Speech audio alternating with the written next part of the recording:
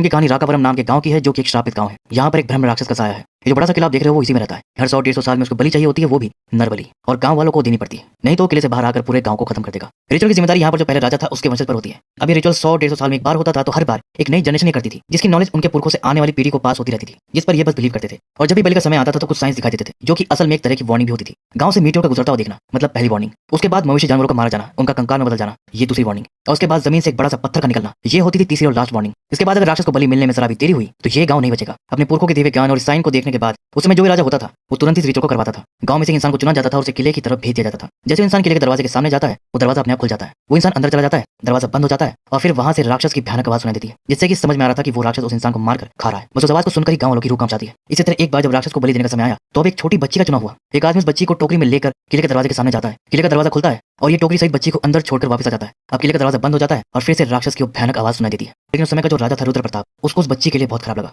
और वो इस प्रथा के खिलाफ हो गया। उसका कहना था कि आखिर ये सब कब तक चलेगा, कब तक हम उस राक्षस के डर से ये सब करते रहेंगे, किसी को तो इसे रोकना पड़ेगा। राजा ने यहाँ पर तय कर लिया कि उस किले के अंदर घुसकर उस राक्षस को मार गिराएगा। उसके पिता उसको बहुत समझाते हैं कि बेटा जैसे चल रहा है चलने दो, राक्षस को हराना मुमकिन नहीं है, लेकिन वो नहीं माना और उसे हराने की प्लानिंग में लग गया। इसी दौरान राजा के लोगों ने उसको बताया कि उन्हें किले में घुसने का एक दूसरा रास्ता मिल गया। बस फिर क्या था, अब राजा पूरी प्लानिंग के साथ अपनी सेना लेकर उस रास्ते से किले के अंदर घुस जाता है और राक्षस पर अटैक कर देता है। लेकिन उनमें से कोई भी जिंदा लौटकर नहीं आता, सब उस ब्रह्म राक्षस के हाथों मारे जाते हैं। इस घटना के बाद राजा के जो पिता थे वे खास चाबी अपने पोते यानी कि युवराज को सौंप देते हैं और साथ में ये मैसेज देते हैं कि जो गलती उसके पिता ने की वो हमारी आने वाली पीढ़ी याद रखे और उसे कभी ना दोहराए। इसके बाद कहानी सीधा शिफ्ट होती है 500 साल बाद, जहां पर हम वीरू नाम के लड़के को देखते हैं, जो कि अमेरिका से पढ़ाई करके इंडिया आता है और वो अपने गांव जा रहा था। कौन सा गांव? वही ब्रह्म राक्षस वाला गांव। अब जिस बस में वो जा रहा था उसमें ज्यादातर गांव के ही लोग थे, जिनमें कि उसका बेस्ट फ्रेंड बालू और कुछ जानने वाले लोग भी थे, जैसे कि चारी, जो कि गांव में जोशी का काम करते हैं और वो राज परिवार से ताल्लुक रखते हैं। मतलब उनके सभी पूर्वज राजाओं के यहाँ पर जोशी रहे थे। अब वीरू लोगों से बात कर रहा था और बता रहा था कि वो खास अपनी जीएफ सुकन्या से शादी करने के लिए यहाँ पर आया है, लेकिन उसको ये नहीं पता था कि आज ही सुकन्या शादी थी, वो भी किसी और से। ये लोग उसको बताना भी चाहे लेकिन सुन कहा था, वो तो बस बोले जा रहा था कि सुकन्या तो ऐसी है, सुकन्या तो वैसी है, मुझसे बहुत प्यार करती है वगैरह वगैरह। इसलिए फिर ये लोग